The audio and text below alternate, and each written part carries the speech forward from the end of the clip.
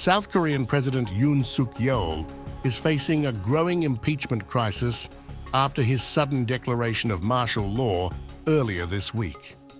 The move, aimed at consolidating power and censoring political opposition, has sparked outrage across the country and alarmed international allies. Opposition lawmakers from the Democratic Party have confirmed plans to vote on Yoon's impeachment this Saturday evening.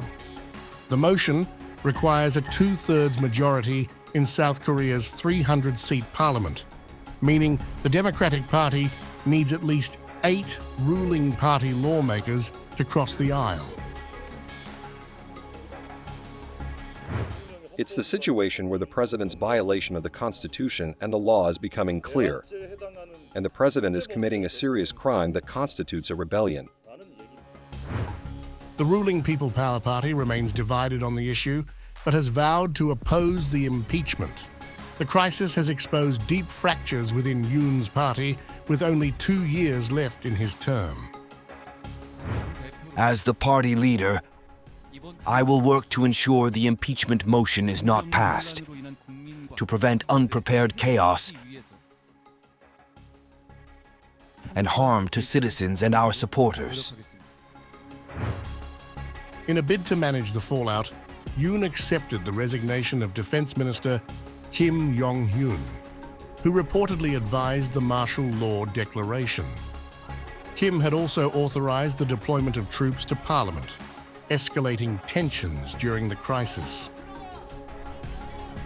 Regarding emergency martial law, we are sorry for causing concerns among citizens. The military, while maintaining firm defensive posture, will focus on its main mission, which is to protect national security and people's lives. Replacing him is Choi Byung-hyuk, South Korea's ambassador to Saudi Arabia.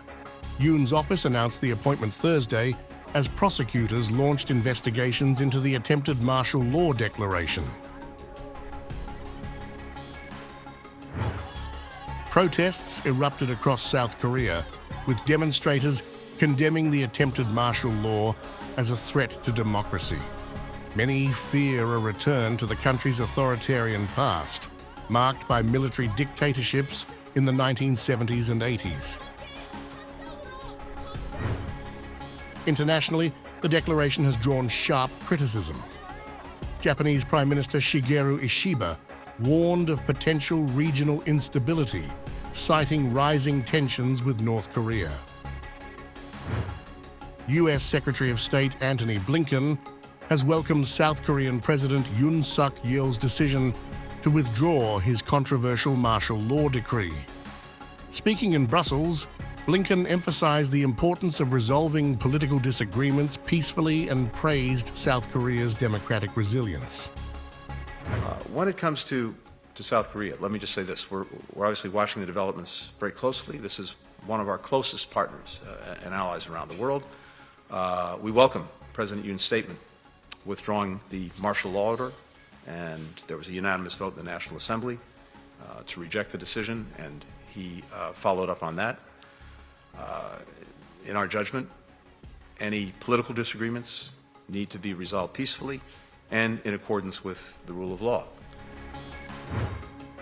If the impeachment motion passes, South Korea's Constitutional Court will have up to 180 days to decide whether to uphold the vote. In the meantime, Prime Minister Han Duck-soo would take over presidential duties. Yoon's impeachment could trigger a snap presidential election within 60 days if he is removed from office. For now, the president, already facing accusations of authoritarianism and influence peddling, is fighting to keep his political career alive. This crisis marks one of the most turbulent moments in South Korea's recent history, with its democratic institutions and Yoon's presidency hanging by a thread.